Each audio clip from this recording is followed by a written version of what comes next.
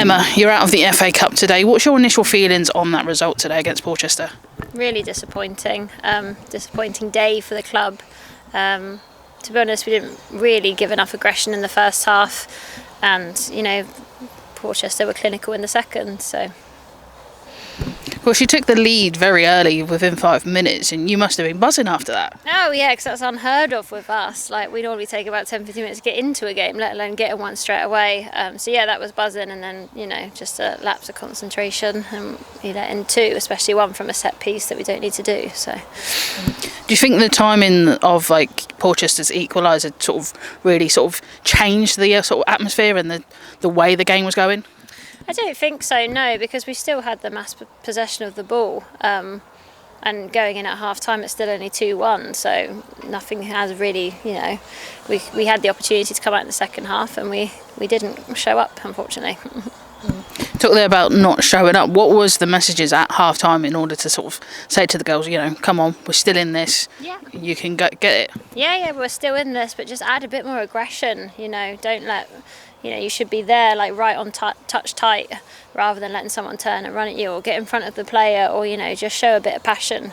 And that was a big message at half time, in which we did see the first 10-15 minutes it was shooting in our favour, and we had all the ball, all the chances. But yeah, again, Portchester were just clinical. Of course, this is back-to-back defeats today, and you've conceded 4 in both games against Ascot last week in the league and 4 today. Do you feel, though, there's differences between the two games? Yeah, of course, there's massive difference. Ascot had the majority of the ball last week, and played it round very, very well with triangles and their movement, and 4 goals was 4 goals. But this week, it just seems that was a harsh scoreline to me, and unfortunately, we have let in 4 goals, and we need to look at why and how. Do you think you did enough to test the Portchester goalkeeper, especially in that second half when you really needed to get back into the game? No, I think it was obvious today that we didn't have an out-and-out striker. I think that was obvious. Another week we could have had it, but the last third we just kind of fell a bit flat in our ideas and generating any sort of shots on target or on goal. So, but then saying that, the last 5 minutes we had 3 really good chances. So, it's still there. Just need to keep going with it. And of course, we spoke about the injuries this season. You're saying today no out-and-out striker, but we've seen a couple of players now starting to get a few more minutes. Emily got her first start, and also first 90 minutes. So it's good to see her getting those minutes and putting in a good performance despite that scoreline.